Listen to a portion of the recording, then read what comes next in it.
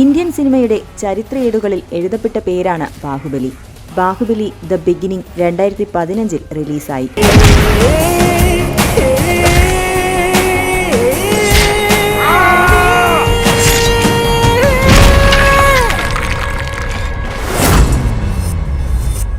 ഏതാണ്ട് 650 കോടിയോളം ലോകമെമ്പാടുമുള്ള തിയേറ്ററുകളിൽ നിന്ന് കളക്ട് ചെയ്തു. 2 വർഷങ്ങൾക്കു ശേഷം രണ്ടാം ഭാഗം ബാഹുബലി 2 ദ കൺക്ലൂഷനെത്തി.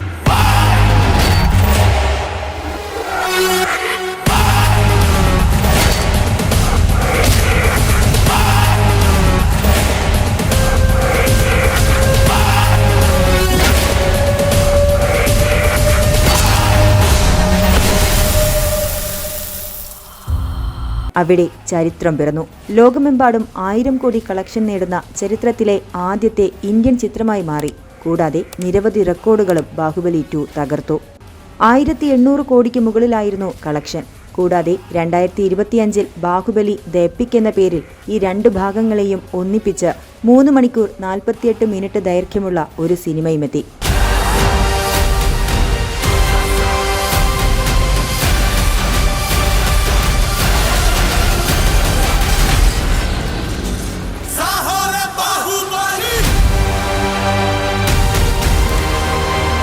പത്താം വാർഷികത്തിലെത്തിയ ഈ പതിപ്പിനും ലഭിച്ചു 50 കോടിയോളം കളക്ഷൻ.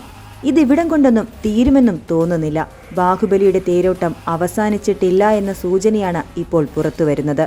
ഇക്കഴിഞ്ഞ ജൂൺ 26-ന് ബാഹുബലി ദ ടോർച്ച് ബെയറർ എന്ന ഡോക്യുമെന്ററിയിലെ ചില ദൃശ്യങ്ങളാണ് ബാഹുബലിയുടെ 3-ാം ഭാഗത്തിനെ പറ്റിയുള്ള പുതിയ അഭ്യൂഹങ്ങൾക്ക് വഴിയൊരുക്കിയിരിക്കുന്നത്.